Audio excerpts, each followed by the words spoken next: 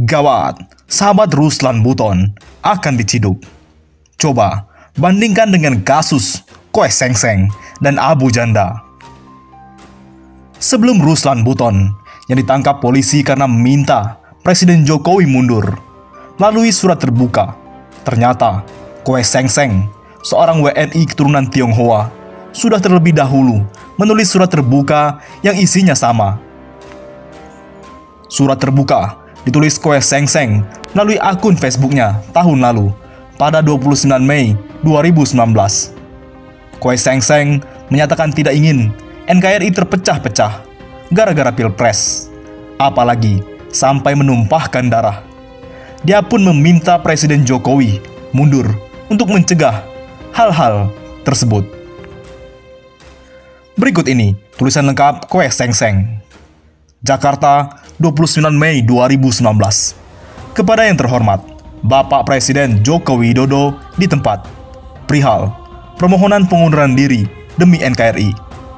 Dengan hormat, surat ini saya tulis karena begitu cintanya saya terhadap negeri, tanah tumpah darah saya ini, di mana saya tidak ingin negeri ini terpecah belah gara-gara pilpres yang mana saya telah menghirup udara segar dari sejak saya lahir sampai sekarang yang telah lebih dari setengah abad, dan telah memberikan kesempatan bekerja dan berusaha untuk bisa menjalani kehidupan sehari-hari selama lebih dari 50 tahun. Dan sisa hidup saya yang paling sekitar 10-20 tahun lagi. Ini pun jika Yang Maha Kuasa berkenan, berikan, karena saya tidak tahu kapan saya akan dipanggil menghadapnya. Yang bisa saja saya menghadapnya hari ini, esok, atau lusa. Sebelum saya menghadapnya, saya sebagai rakyat kecil, orang awam, yang melihat suasana negeri ini yang suhunya memanas sebelum dan sesudah pengumuman pilpres, yang bisa menimbulkan pertumpahan darah. Saya memberanikan diri menyampaikan sekedar saran atau permohonan pada Bapak, agar Bapak sebaiknya demi persatuan dan kesatuan negeri ini, dan menghindarkan pertumpahan darah di negeri ini, mohon kiranya Bapak bisa mengajukan surat permohonan pengunduran diri sebagai Presiden terpilih 2019 sampai 2024 untuk mencegah perpecahan dan pertumpahan darah yang mungkin bisa timbul di NKRI ini. Jika seandainya Bapak tetap ingin memimpin negeri ini pada periode 2019-2024. Pada pemilu presiden 5 tahun lalu, saya mendukung Bapak. Tapi untuk pemilu presiden tahun ini, saya mendukung lawan Bapak, di mana saya sebenarnya berharap Anda lebih dari 2 calon presiden yang bisa diajukan pada pilpres tahun ini. Cuma sayang, uji materi ambang batas pengajuan presiden wakil presiden, saya diajak Bapak Effendi Ghazali dan kawan-kawan untuk aju uji materi, ditolak Majelis Hakim MK, sehingga hanya 2 calon yang bisa berkompetensi memperebutkan pemimpinan negeri ini pada pilpres di tahun ini. Sebagai catatan, tambahan, saya tidak pernah bertemu ataupun berkomunikasi dengan lawan Bapak dalam pilpres ataupun berafiliasi dengan para relawan ataupun pendukung lawan Bapak pada pilpres 2019 ini. Tapi saya pernah bertemu Bapak sekitar 5 kali ketika Bapak menjabat sebagai Gubernur DKI Jakarta. Demikian, surat ini saya buat hanya untuk persatuan dan kesatuan negeri ini. Semoga negeri ini selalu aman dan damai. Dan atas perhatian Bapak, saya ucapkan terima kasih. Hormat saya, Koe Seng Seng. Memang berbeda nasib. Kabar Ruslan Buton hari ini resmi ditahan di Bareskrim Polri selama 20 hari. Ia sudah ditahan, kata Kadif Humas Polri Irjen Argo Yuwono dalam keterangan pada detik.com Sabtu 30 Mei. Secara terpisah, Tonin Taca Singaribun selaku kuasa hukum Ruslan Buton mengatakan kliennya itu ditahan di Bareskrim Polri sejak Jumat 29 Mei. Ruslan ditahan untuk 20 hari ke depan.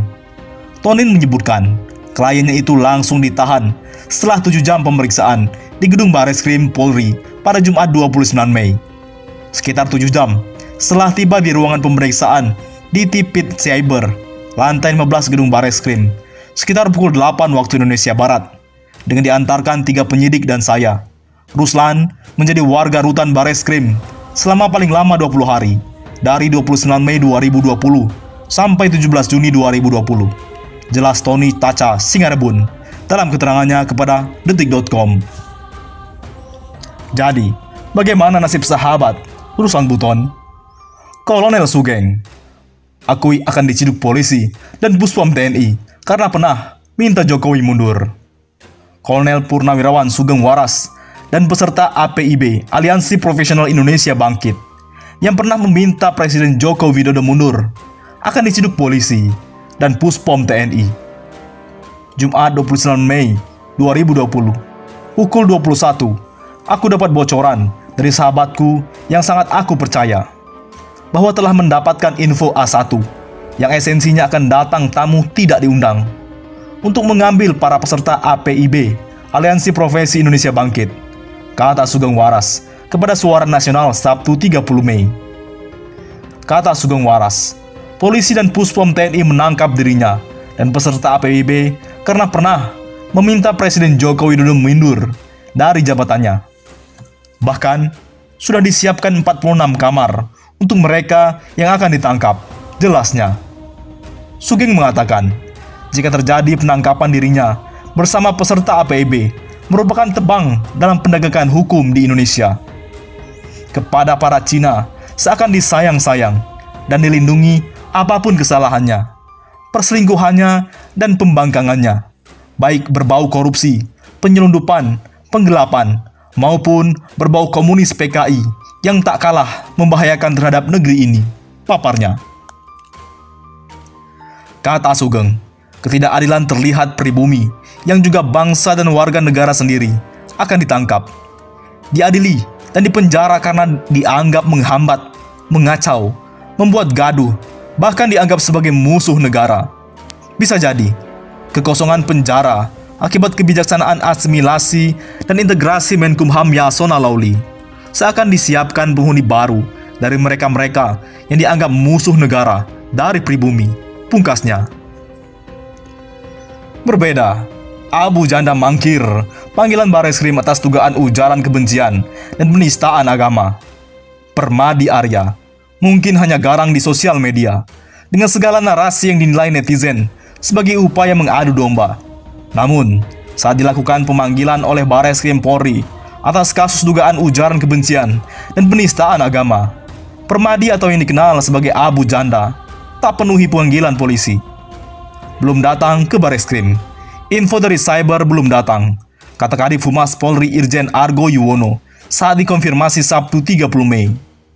Sebagaimana diatur dalam pasal 112 KUHP, jika pemanggilan pertama seseorang tak memenuhi panggilan alias mangkir, maka dalam jangka waktu seminggu kemudian, polisi melayangkan surat panggilan kedua.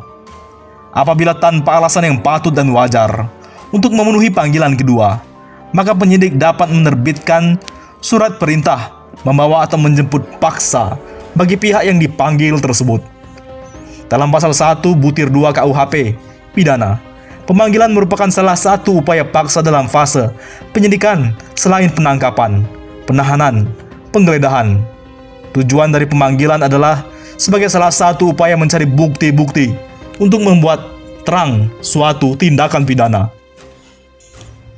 Kasus dugaan penistaan agama Abu Janda adalah ketegasan dan keberanian polisi yang kita tunggu. Penuntasan penegakan hukum yang dilakukan oleh Bareskrim Polri terhadap dugaan kasus ujaran kebencian dan penistaan agama oleh Permadi Arya alias Abu Janda sangat dinanti. Abu Janda sebelumnya dilaporkan ke Bareskrim Polri oleh Ikatan Advokat Muslim Indonesia atau IKAMI. Laporan diterima dengan nomor STTL-572-12-2009 Bareskrim. Juru bicara IKAMI, Novel Bamukmin, menyampaikan apresiasi sekaligus mendukung kepolisian yang mulai melakukan penyelidikan atas kasus dugaan ujaran kebencian dan penistaan agama itu. Kami mendukung langkah berani polisi yang hendak memeriksa Abu Janda, kata Novel kepada kantor berita politik Ermol Sabtu 30 Mei. Itu harus dituntaskan dengan segera agar negara tidak dibuat gaduh dengan adu dombanya, tekan Novel menambahkan. Oleh karena itu, ketegasan dan keberanian kepolisian kita tunggu. Jangan sampai kalah dengan pengadu domba anak bangsa, Harap Novel. Bagaimana menurut pendapat Anda?